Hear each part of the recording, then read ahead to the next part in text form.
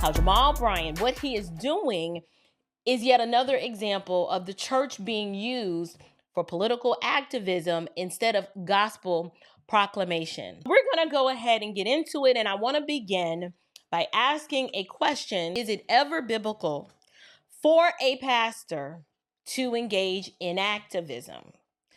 And if so, under what circumstances? Now, this is not a trick question. I'm not trying to trip y'all up. It is a legitimate question because I can point to friends of mine, dear brothers in the Lord that I love dearly, that on occasion, when there is a righteous warrant to do so, they will engage in a little activism. I have seen pastors engage in activism, and I would not call that inherently sinful or unbiblical. My question is, are there times when a pastor, a preacher of the word, can lend his ear to what's going on in the culture? We should be actively engaged and know what is going on in the world. But the broader concern of mine is, why does Jamal Bryant's approach fall outside of these boundaries that the scriptures, believe it or not, do provide? And my argument is that we should at least, I'm going to play the clip, we're going to allow Jamal to speak for himself. So let me go ahead and get this clip played. All right, let's go, you guys. I'm calling us as a church, you may be seated, that in the season of Lent, which is the 40 days leading up to Easter, our church is going to be in a fast of 40 days of consistent prayer. Come on, I can't hear nobody. I said 40 days of consistent prayer. Lent starts on Wednesday, March the 5th. And for 40 consecutive days, our church will be in prayer. Some of those days will be here in person, other days will be virtually, other days will be on the phone, but 40 consistent days of prayer. Secondly, ladies and gentlemen, I am calling us, listen to me, because we have to operate in the spiritual. I am calling the conscientious Christian community all over this country, the conscientious Christian community all over this country. I am calling for a 40-day fast from Target.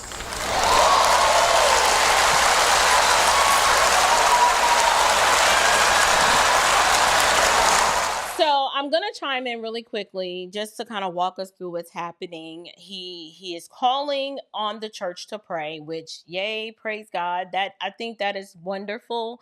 I would argue, what God we're praying to. There's much to be said about that, but a general call to call people to prayer is a good thing. But when it goes left, he's not really explaining what we are praying for.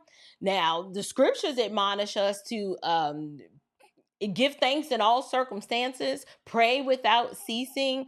These are all biblical imperatives. There's nothing wrong with that. But he just goes from the prayer to, and we're boycotting Target. And it seems the church got way more excited about the boycott, then, we're going before the Lord in prayer. He didn't say what we were praying for, but that's neither here or there.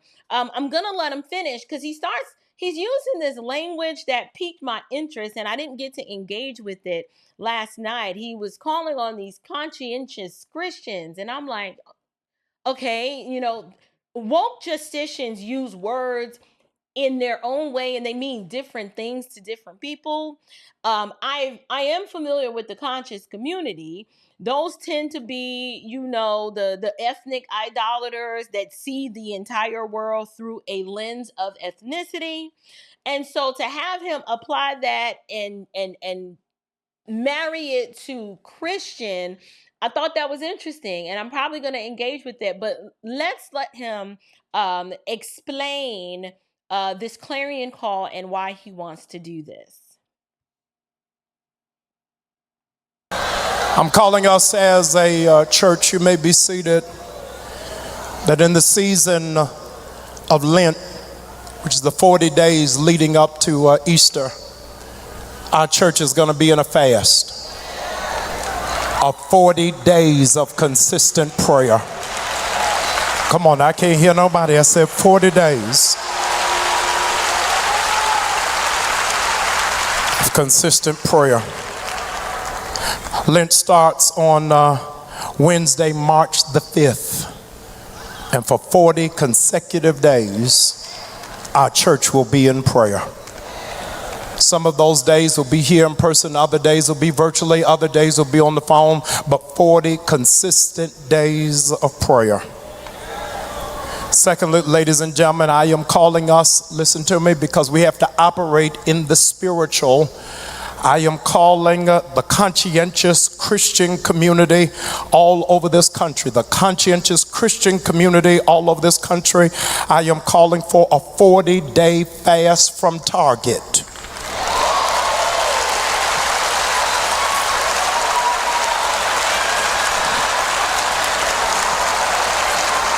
Beginning on March the 5th. 100,000 conscientious Christians. You don't have to be black, Latino, Asian, white. 100,000. You're going to sign this commitment to be a part of this 40-day fast. 100,000 of you, bare minimal. I'm asking you that after service you'll go to targetfast.org. Targetfast.org. I want you to share with everybody on your job, every person in your home, every person in your sphere of influence, every person who follows you on social media. I am believing for 100,000 people are going to sign this covenant commitment of not just prayer, but fasting from Target. Here's what is amazing. Listen to me, because what we learned from the Montgomery bus boycott is that racist America doesn't respond to speeches. They respond to dollars. Come on, and if they start losing. They sure do. Every time all us black folks in our consuming cells spend all this money, they go all the way to the bank. Anyway, I wanted to pause it there. So to recap, this is the 40-day Target fast. I saw somebody mention in the chat the difference between conscious and conscientious. Like I said, listen, I'm not woke. I'm not a leftist, so I don't know the new terminology. We can make a distinction between those two terms. We could do that. I wasn't sure if he was referring to like people in the conscious, people who are conscious or aware. I don't know, but we're getting into the weeds. I wanted to mention something. If you did not watch the video that I did where I covered the Montgomery bus boycott, what I did was I educated my audience on this little known court case, Browder versus Gale. And the purpose of me bringing up that case and the 4 women who were the plaintiffs in that case was to properly educate us on what actually happened and how buses and desegregating buses in the South actually came to be. And I talked about that because oftentimes the Montgomery bus boycott is given all the praise and the glory for having desegregated buses in the South when it wasn't the boycott. It was actually the Supreme Court upholding a lower court's decision to say, wait, these women have legitimately been discriminated against on the basis of ethnicity, and this is unconstitutional. Y'all cut this mess out. Now y'all can't do this. That's what happened. So black folks down in Montgomery was boycotting for 364 days. When the lawsuit was filed February 1st, by June 5th, the court had already ruled and decided, said, hey, this is unconstitutional. And then the bus boycott didn't end until December of that year. So we're talking 1956, February to June. It's already settled. It's unconstitutional. And folks just out here walking and boycotting. And Rosa Parks and MLK got all the credit and the shine for it. And they were nowhere on that lawsuit. They were not mentioned as plaintiffs. And in fact, Rosa Parks was specifically a trained Marxist, and she staged her sit down after all these other women who had legitimate cases who took their grievances to court and adjudicated the matter properly. The boycott was just performative. It was just performative so that it could launch MLK into the spotlight and they could have the optics.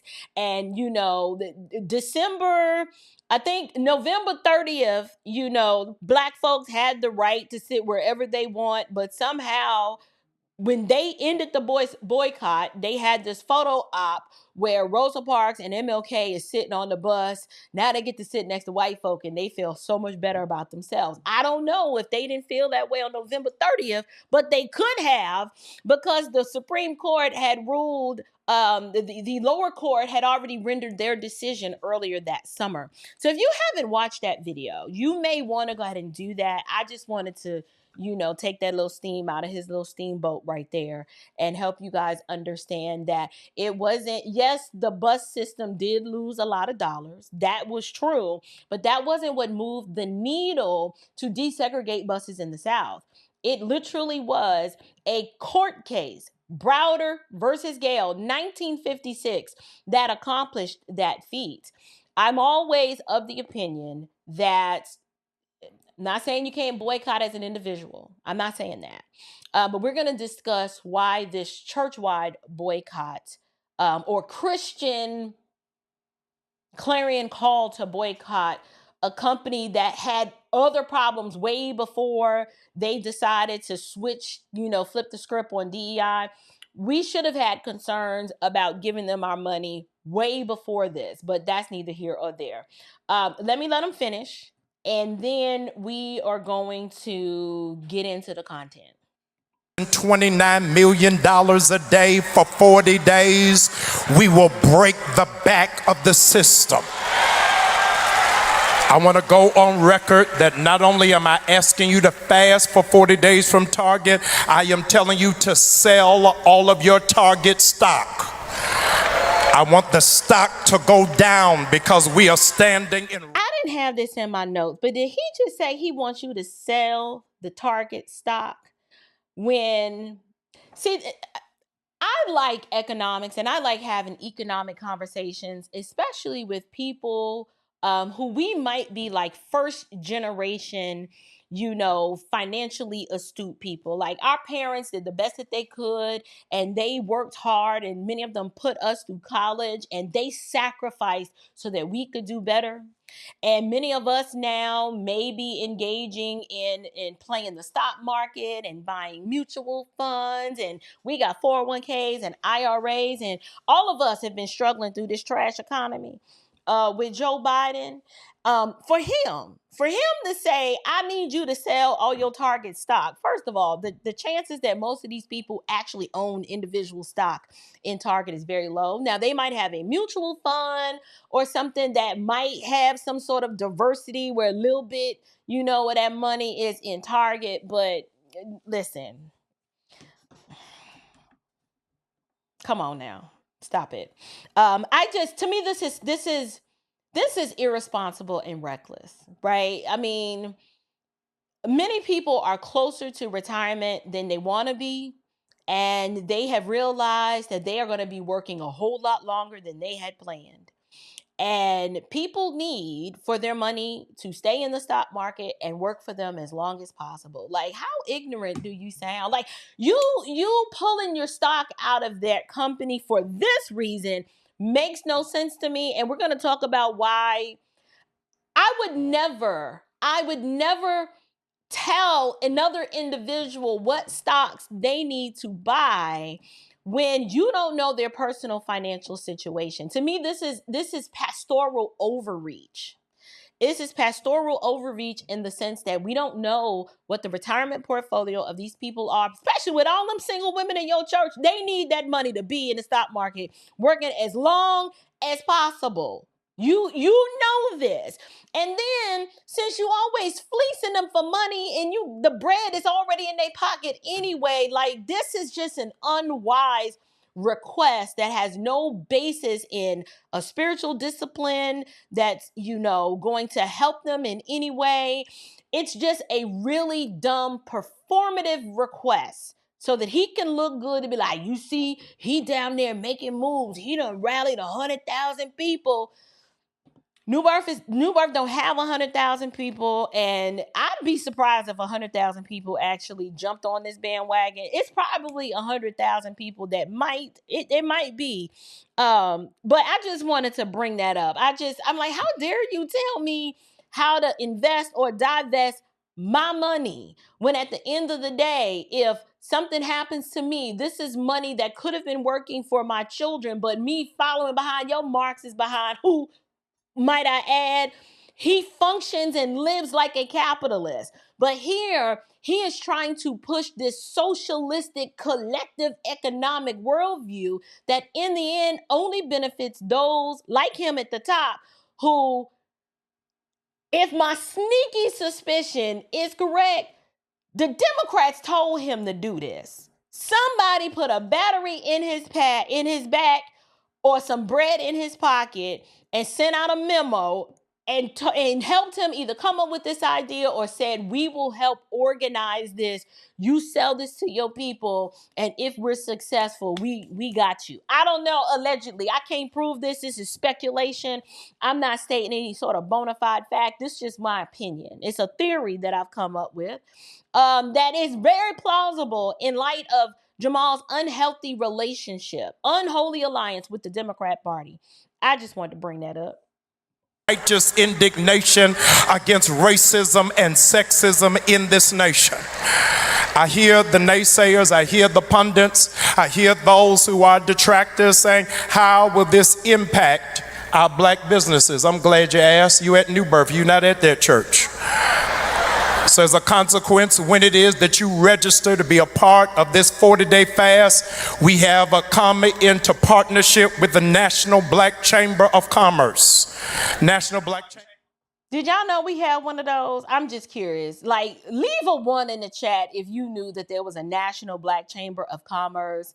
And leave a 1 in the chat if you are very familiar with their work and all of the gains and just economic advancements that knowing about them has had on your personal life. I was yesterday years old when I had heard that we had a National Black Chamber of Commerce. I'm like, well, what they do? What do they do? He is about to explain what this means for the black small businesses.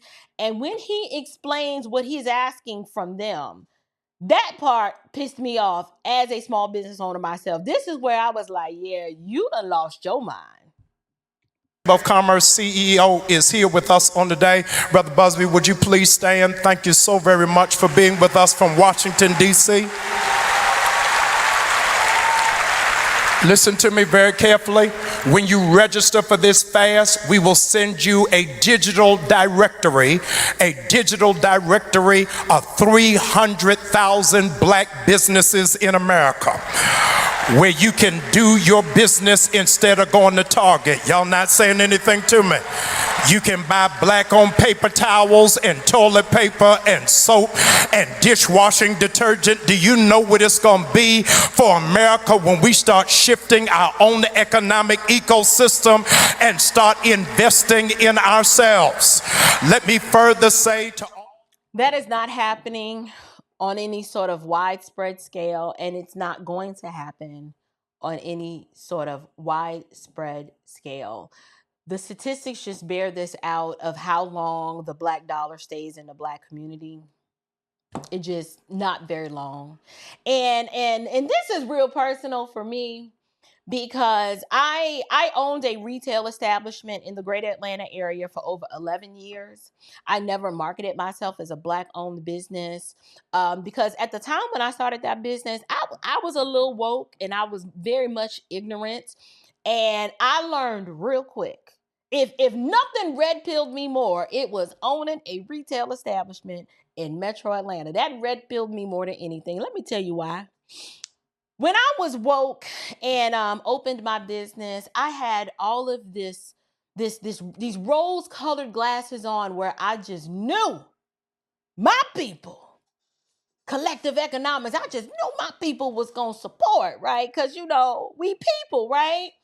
And so when people would come in my establishment and we'd get to talk and they would tell me how amazing, the experience, was and all that stuff.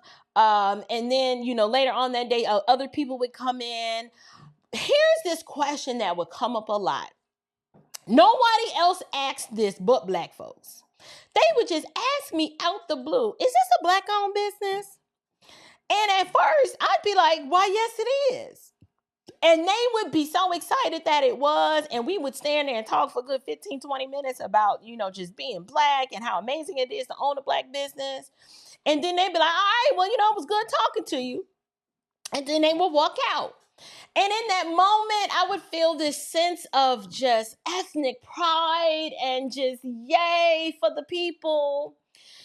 And probably after about 6 months of that, I actually did a test because it would happen a lot. And I was just like, it's interesting. All the people that come in and ask me if the business is a Black-owned business, it's something that they all have in common. What I noticed is that none of them was buying nothing, right? They wanted to celebrate the accomplishment with me, but it was all like performative, and it was for the virtue of it all. And what I noticed is that other people who just came in and spent money with me because I provided the product they were looking for at the price that just made them love the price, love the product, great service, let's do business. Let's do business. Those were the people that were significantly different. I tracked it. We had a pad behind the POS counter to count out of all the people who ask, is this a Black-owned business? How many of them actually spend the money? Because they would say, I like supporting my own because, I buy Black. And they would be celebrating the virtue of it. I think probably I stopped after about 100 of those. I stopped. I was like, yeah, I think I got a large enough sample. I was like, Black people, and these are broad sweeping statements that I'm making before I ain't even got to what the word of God say about this. I just got to get this out my chest. Before they were so ethnically obsessed with the virtue of the accomplishment that it never translated into viable or measurable support. They were just proud to know that the business was Black.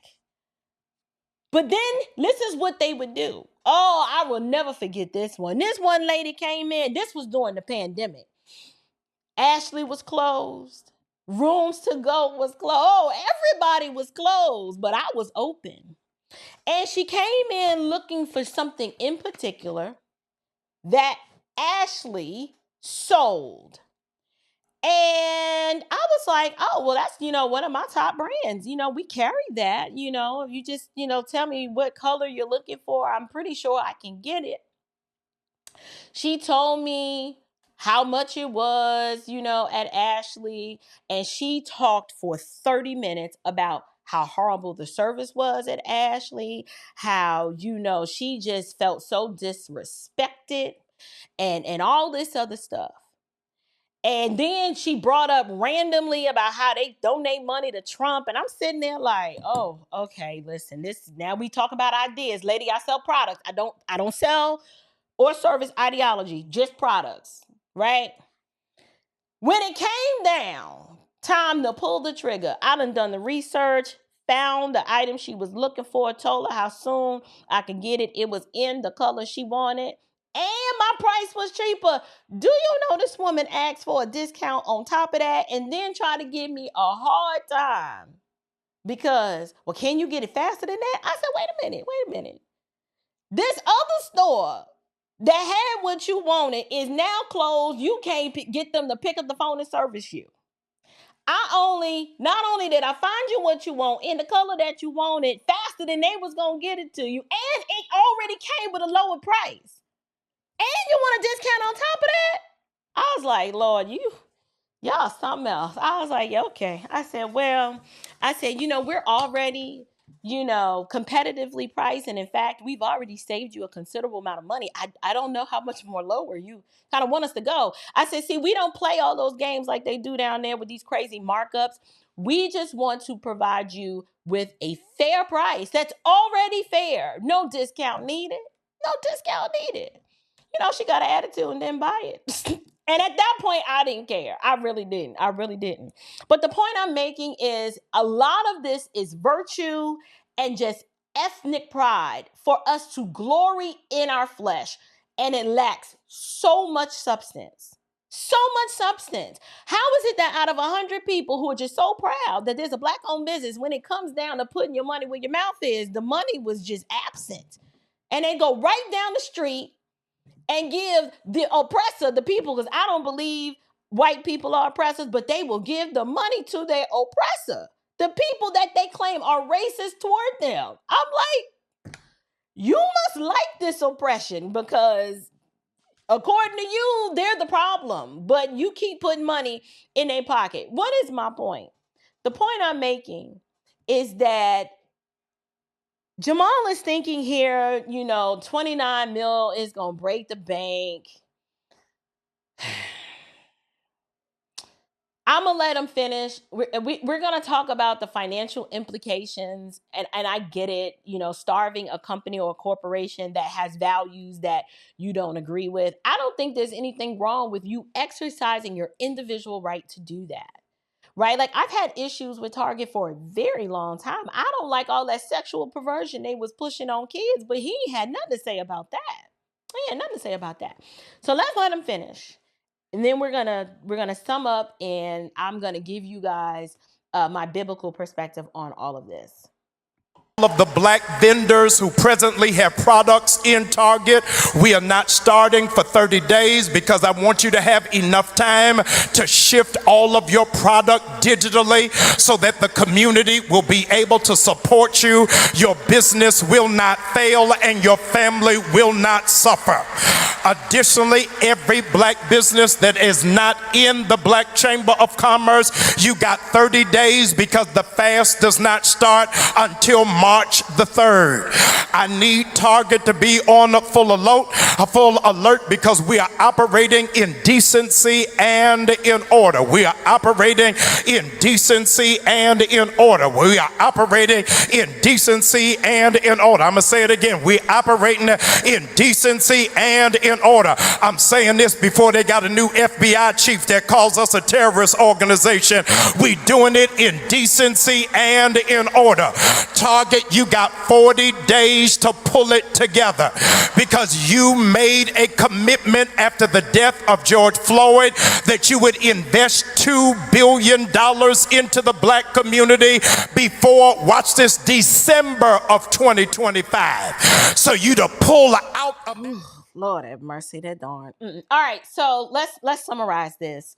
He is giving small business owners 30 days for them to get themselves situated digitally to sell their products online. And I don't know how he's going to guarantee that the community is going to support them, but I can almost guarantee you that that's not going to happen. That's not going to happen. And then he mentioned something about, and if you are a black business owner and you're not already in the directory, this gives you time to get in there. And I'm like, why are you assuming that every black-owned business wants to be in your little funky directory? The assumption that when you are black and own a business, that all your products and services are either tailored to black people or that you even endeavor to announce that it is a black-owned business, it's literally putting a target on your back. If you have great products and services and they can be used by all people, why are you purposely going out of your way to virtue signal to tell everybody, well, we black-owned, right? Why? Like, compete on your merit in the marketplace and you will make way more money than when you spend your time glorying in your ethnicity and being so proud about it that you alienate everybody else. Isn't the argument that you wanted to be judged by the content of your character, not the color of your skin, but yet you always advertising the color of your skin? Like, which is it? Pick a struggle. I don't understand. I learned my lesson, like I said, very, very early on by announcing to the world, we Black owned and we this and we that. And at some point, I was just like, do I not have a good product? Is my service not, one that whether you are green or Asian or, you're Hispanic and you're Indian, is the product good or not? Then if that answer is yes, leave all of the existential reality out of it and just do business. I've never gone into an Indian owned business where it was announced all over, we Indian owned. You would feel some sort of kind of way if they did that. If you went into a white owned establishment and they were like, we are white owned, you would feel some sort of kind of way about that. And if you went into an Asian establishment, they're like, we Asian owned, you would feel some sort of kind of way about it. Why is it we the only people group that get to do that? And then you can't even say anything about it. Like, this is kind of inconsistent and a little racist. It's like we are allowed to be skin trading idolaters. And then we don't even realize that we lack the self-awareness to be like, we the only ones who do this. And we are at the bottom. Maybe we should stop doing this. Maybe we should stop. I don't know. Here's what I'm going to say.